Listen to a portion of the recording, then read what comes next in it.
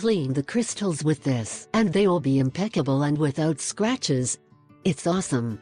If despite all your efforts you continue to see streaks on windows and mirrors after cleaning them, use newspaper.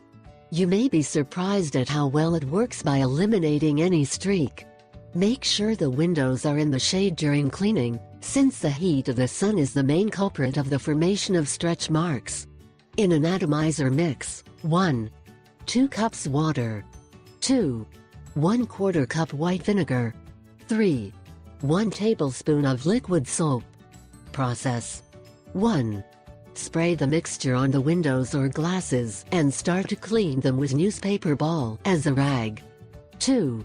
First cut the grease marks or marks with circular movements, then clean them vertically from top to bottom.